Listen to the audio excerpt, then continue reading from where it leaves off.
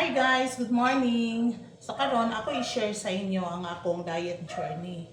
Kay nag-start ko ani I was 77 kilogram. Pero karon happy ko kay niabot na ko 71. So sa mga gusto magpa gamay din ha kay medyo nanay gabation like nako pag start na ko ani na alarma gyud ko kay galipong-lipong nako tapos usahay mag-blurry akong pananaw. Actually, na-diagnose na ko nga na ako'y vertigo adto pang 2000 mga 2009 siguro to nga na-diagnose ko. So nanakoy resita nga cert.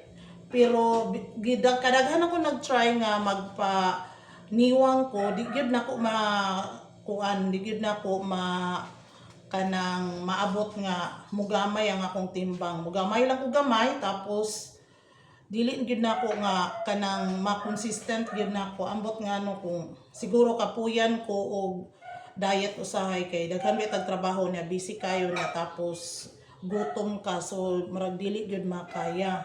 So karon ako ipakita sa inyo kung unsay akong gibuhat.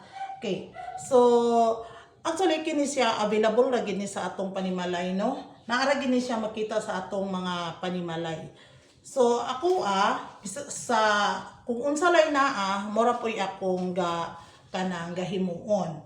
So karon nakoy papaya. Then napod koy melon. Then nakoy dragon fruit, nakapalit ko ani sa kugon. So na ako'y dragon fruit karon. Then napod koy pineapple or pinya. Then kani cucumber ako na ning gikuhaan So gamay-gamay ra man akong ibutang.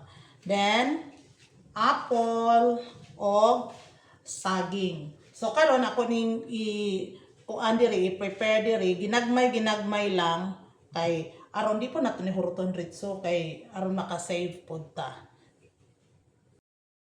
So niyan na ako nang na-prepare na ang dragon fruit. So ato lang ni ilunod diri. Kini apple og ang watermelon. Then banana. Then the cucumber. Pineapple. O papaya. Actually, daghan kay siya, napuno siya, dapat kuhaan ako. Daghan maguni kay mo, inuman po ako mga kaugong ris balay o apil. Then, butang lang nato og water. So, no sugar, no milk, water lang.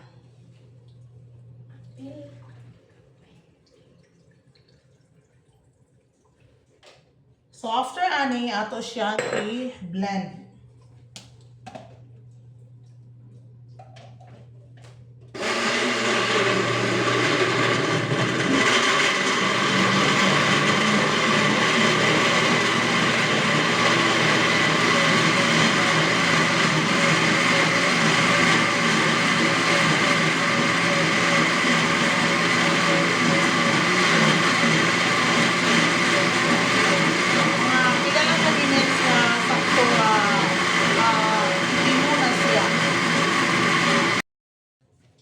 So, humana ang ato ang smoothies. So, ato na ning huwad diri nice kay color tone kay na ay kani ang dragon fruit. So, medyo colorful siya na violet ang iyang color. So, ato nang sulayan. Actually, dili ko ga breakfast kini lang siya ang akong breakfast. Okay.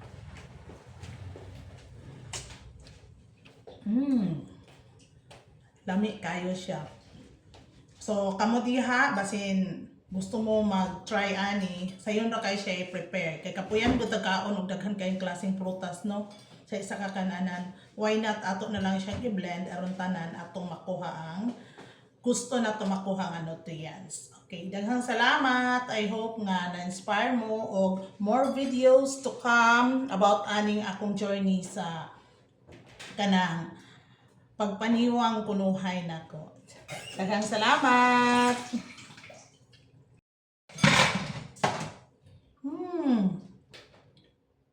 Lami gid siya guys, promise. Bisag wa siya sugar. Makaya ni gid siya imnon lami kayo.